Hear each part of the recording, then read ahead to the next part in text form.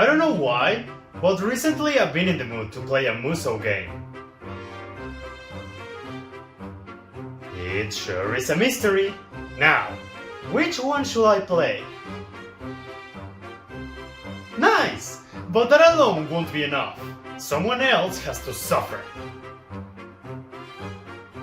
Ay, más perfecto no puedo ser. Spin-offs are amazing. Separating an established franchise from its genre and adapting pieces of its identity to an entirely different environment to reflect its core appeal, it's a very interesting idea. Nintendo is no stranger to this. Pokémon, Kirby, all these branches with the Mario title on it. Hell, even Metroid has given this concept a shot. But this time, I want to talk about two specific games that share the same idea: Hyrule Warriors and Fire Emblem Warriors. The only reason I'm not kicking this game already like I do with Fates is because I borrowed it.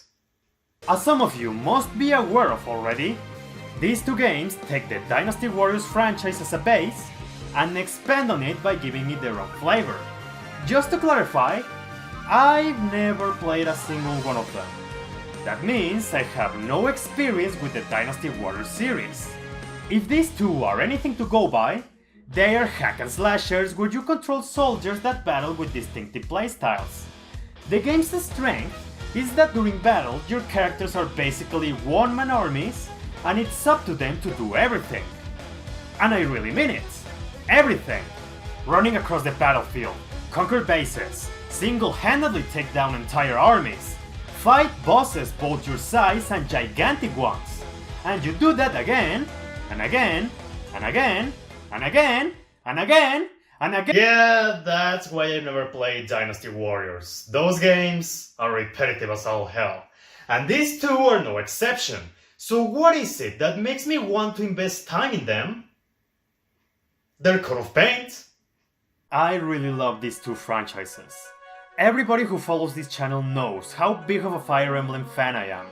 And while I don't talk about it as much as I would like, The Legend of Zelda is also very special to me. But as you already saw, one of them didn't hit the mark. Not only that, it became a laughingstock. So, shall we? To get started, one thing I'm not gonna waste time on are their stories. The two of them have the same concept. There is a core problem that causes interdimensional stuff to happen, bringing together many warriors from different time periods and universes. Their objective is simple: to stimulate the player by showing in them how awesome it is to see all their favorite characters working together. It's dumb, it's cheap, yet it works because it makes us happy to see all these faces we love. So as we already saw, both games share the core gameplay from Dynasty Warriors, but to make them stand out they need to add the settings, characters, and main mechanics from the respective franchises. Hyrule Warriors carries the most interesting changes in my opinion.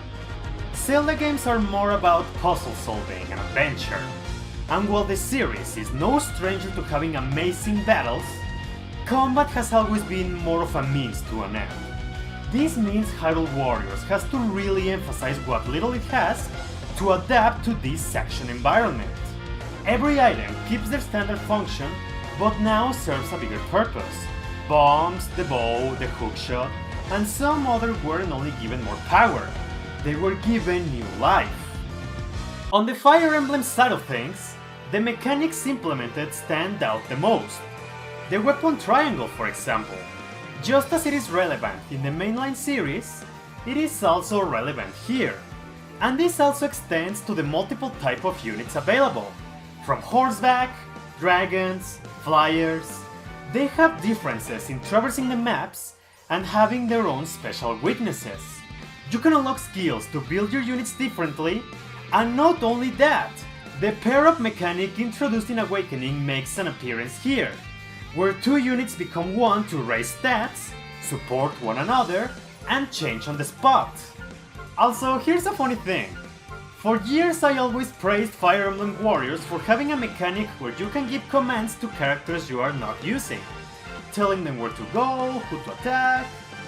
Well, It turns out Hyrule Warriors has the exact same mechanic. It took me 2 years to realize that. I'm that big of a dumbass, I know. But to be fair, in Fire Emblem Warriors this mechanic is much more prominent. In Hyrule Warriors I beat so many maps without knowing the command menu existed. But here, it's essential you use it efficiently if you want to survive the maps. That's one thing I'll give it. Fire Emblem Warriors feels less brain dead. It makes you give some thought before every battle, and forces to adapt quickly to radical changes. It carries some great essence from the main series. Both The Legend of Zelda and Fire Emblem do an excellent job in bringing their identities to the Warriors formula. But if you ask me, I believe the latter does more and its mechanics blend much better.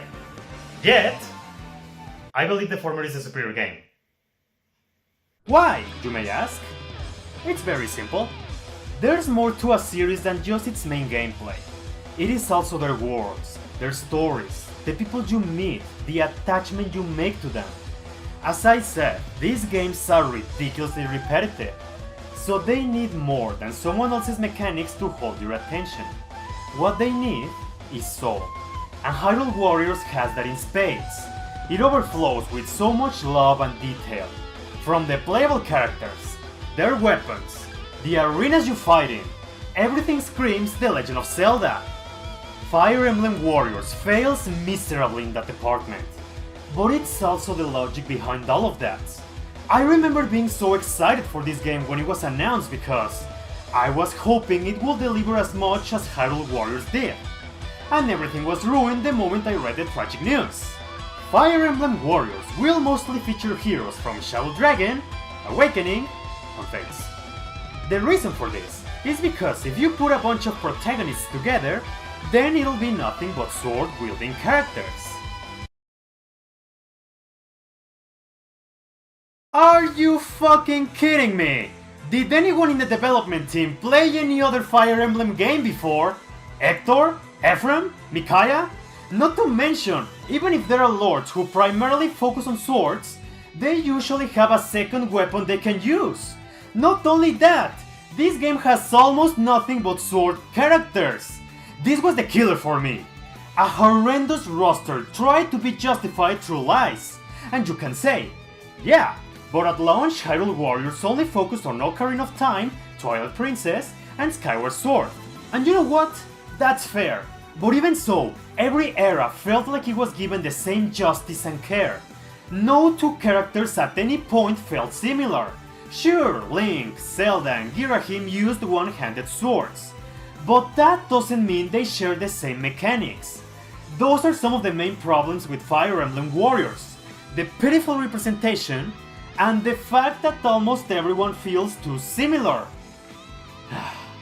One step at a time here.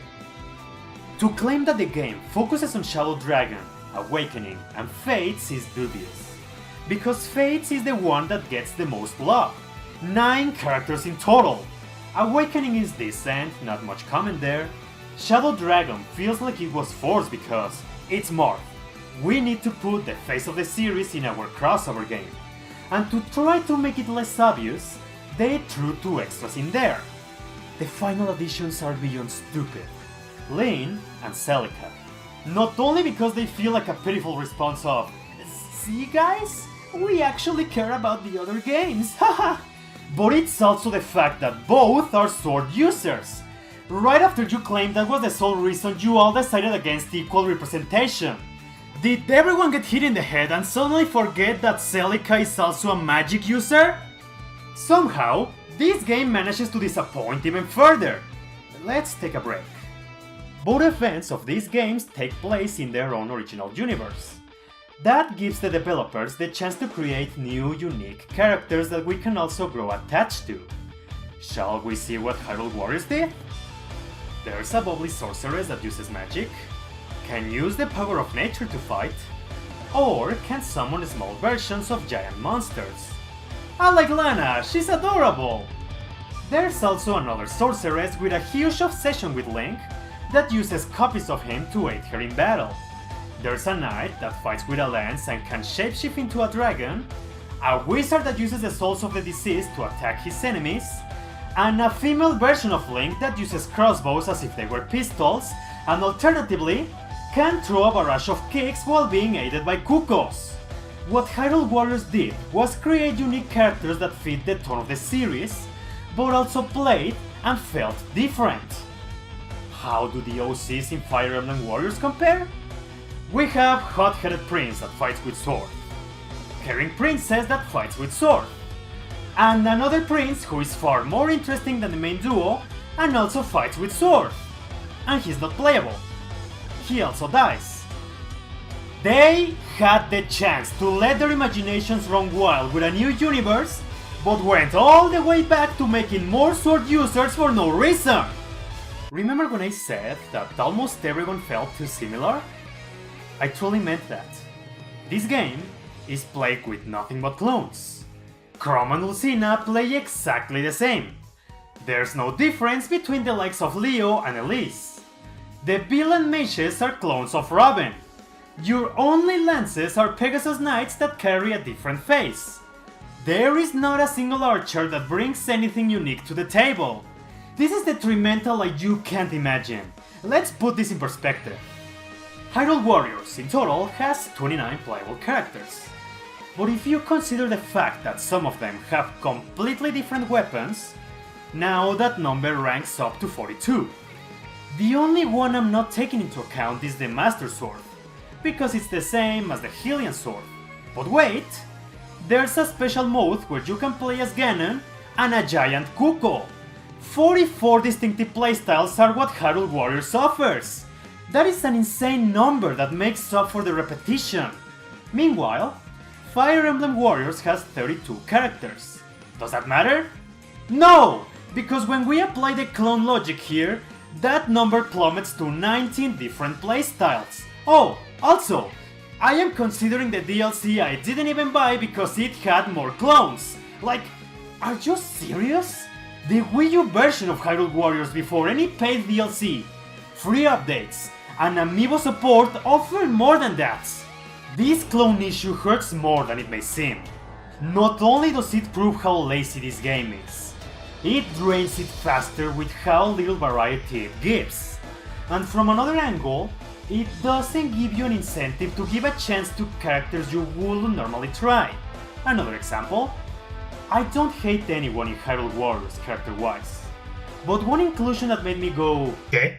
was Yuga. I thought, sure, that's cool, but Rabio is already there as a Link Between Worlds representative. Why not give the spot to the more popular mage Bati? Or even better, why not Gruz? The fact that he was never included still hurts me to this day. And you know what? I don't care anymore. Yuga is so stupidly fun to play as, and that made me have a bigger appreciation for the character. Now tell me, in Fire Emblem Warriors, what reason do I have to use Hinoka, a character I don't like, while Cordelia, a character I do like, does everything she does? Nada is the answer. If I buy the DLC, of course I will stick strictly to Minerva, a Camilla clone because I fucking hate Camilla, and now she lost the benefit of having a unique playstyle.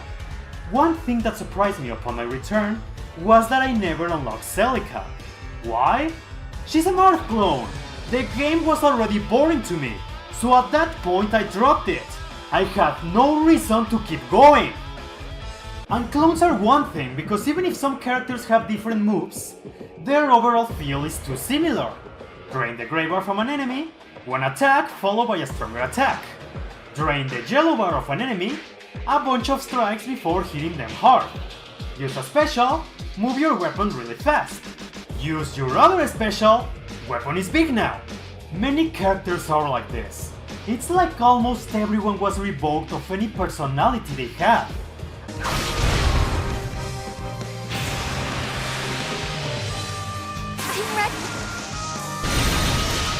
Sakura, that fucking sucked. I am not playing as Prince Marth of Altea. I am playing as a swordsman. And you might say, well, they're all using a sword. There's not that many ideas they can come up with. That is no excuse. Back to Hyrule Warriors. We have 3 Links, all of them carrying a sword. Do they have any similarities? No! Link has 2 styles, one on foot and one on horseback. Young Link brings the power of the Fierce Deity Mask, while Toon Link is fast as shit, complemented with the Deku Leaf. Same character, but you can still feel their unique essences. Is that all? No! Zelda uses a sword and has her own gimmick with light spells. Ganondorf dual-wield swords and also has dark magic. Girahim throws daggers and teleports. Fi is the sword. And Tetra combines the blade with a pistol. Same weapon, but that's not stopping the characters from being themselves. And we can go deeper than that. Look at both Midnas.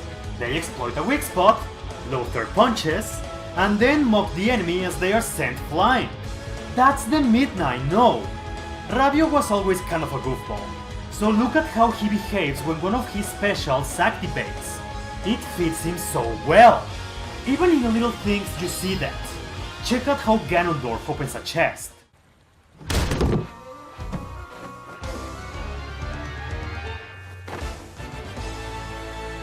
It's minor, but that is how I expect the King of Evil to behave. Hyrule Warriors knows that a character is more than just a name.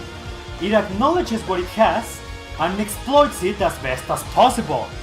Fire Emblem Warriors usually keeps that to the bare minimum. The potential is there, but it refuses to get the best out of it.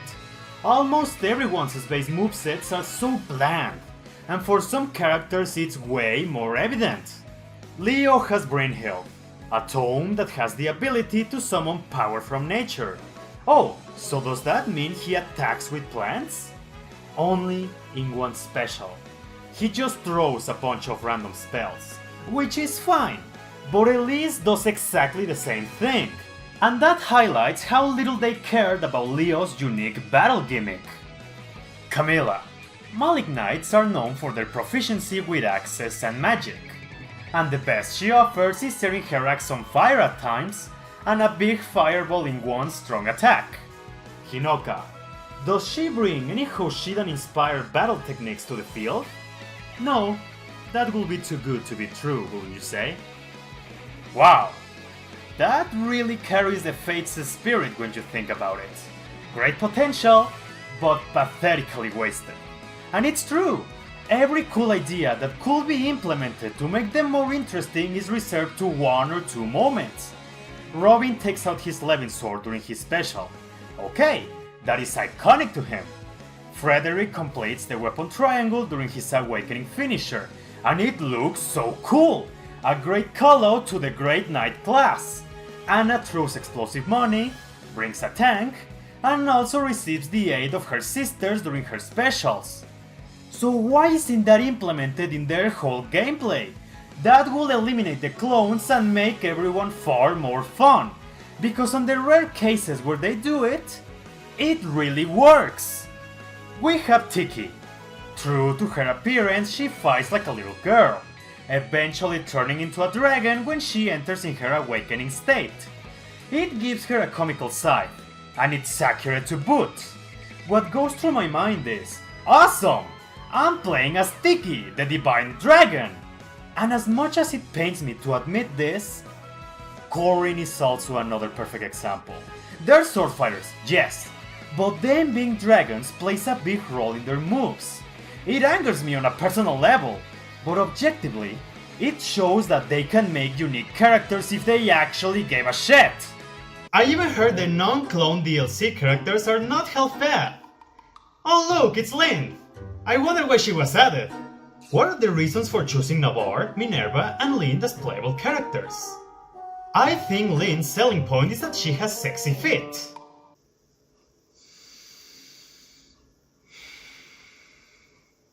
That's why Hyrule Warriors is a superior game in my eyes, because unlike the other one, it pays respects to its long history, it celebrates it, it tries to do as much as it can, and succeeds. I don't care about its repetitive design because it's always entertaining. It always gives me something to look forward to, and it touches the hearts of Zelda fans. I remember this one time where I first showed a friend of mine the game and he said, "Wouldn't it be cool if they made the useless Twilight Princess items into weapons?" Can you even imagine his surprise when he saw that's exactly what they did? Even him, someone who doesn't like this game as much as I do, could find great joy in it. Because that's what it is, a love letter. How often does one get to play as Ganondorf in a Zelda game? Where else can you split the moon in half right on top of King Dodongo? How many games let you run a train on Princess Ruto? Wait, maybe I should regret that. Hyrule Warriors does that and more. When I put this game on my Switch, I think, this is why I love Twilight Princess. This is why I love Majora's Mask. Why I love The Wind Waker, Ocarina of Time, Link's Awakening, Skyward Sword, Spirit Tracks, A Link Between Worlds. This is why I am a The Legend of Zelda fan. Fire Emblem Warriors is not a celebration. For me, this is the wet dream of a director having his shitty fanfiction come true, covered behind lies, hypocrisy, and feet. You could argue that the budgets may have been different, and that's acceptable. Fire Emblem is big, but The Legend of Zelda is an entirely different beast. So why try to inflate past your abilities instead of focusing on making the game fun? This result only brought repetition on top of repetition. Remember back in my Tokyo Mirage Sessions video where I said that, despite not liking the game, a part of me didn't want it to be that way because I could see that sometimes they put their heart into it? Well, I also don't want to hate Fire Emblem Warriors. But it's different here. I do hate it.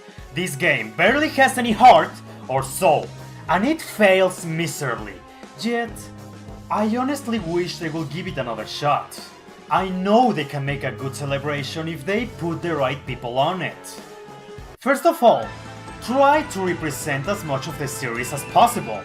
Second, don't try to make a unit. Try to make the character come to life. Analyze what makes it different and apply that. The possibilities are endless. Have Leaf be a Master Knight that battles with every weapon. Have Hector use armats along with electrical powers. Eliwood can fight on horseback with both Durandal and a lance. You can easily make Galm a sword fighter and an archer. Lagoose characters will give a unique twist to the whole formula. Even now, with 3 houses, we have more main characters that can truly bring something unique to the table. And if Heroes has shown us anything, weapon limitations to a specific character don't matter at all. Don't limit your ideas because of the weapon triangle. If you want it so badly, implement it in a more subtle way. Breaker skills have been a thing since Awakening. There's your answer. And please, if there's ever a Warriors 2, don't make it look butt ugly. This presentation is horrible. These menus look so sterile and boring. I don't think it will have killed you to give them a better image. Characters look like they're made out of cheap plastic. And well, you can even make generic enemies stand out more if you make them represent different eras. Look at how clean Hyrule Warriors looks in comparison. Despite the different styles from different games at play, they do their best to maintain an artistic cohesion. The battlefields all try to represent as many locations as possible. The enemies are all recognizable and varied. And look at how much detail there is behind Adventure Mode. Trying to showcase the overworld maps in 8 bits with their respective items is no small feat. I'll say it again, more food for Zelda fans. Also, keep those soundtracks just the way they are. They're amazing in both games. Hard rock covers of iconic songs along with brand new ones? Yes, please! If a sequel to Fire Emblem Warriors ever comes to life, I'll be there. If it shows promise that it actually gives a shit about the series' legacy, I'll totally support it. The main mechanics of Fire Emblem fit so well with the Musou style, but every fault and complaint I showed just makes me not want to keep pushing. So what did we learn today? Hyrule Warriors is fucking amazing! If you're a Zelda fan, give it a chance someday! But the most important lesson is, never let people with a food fetish be in charge of anything. Ever!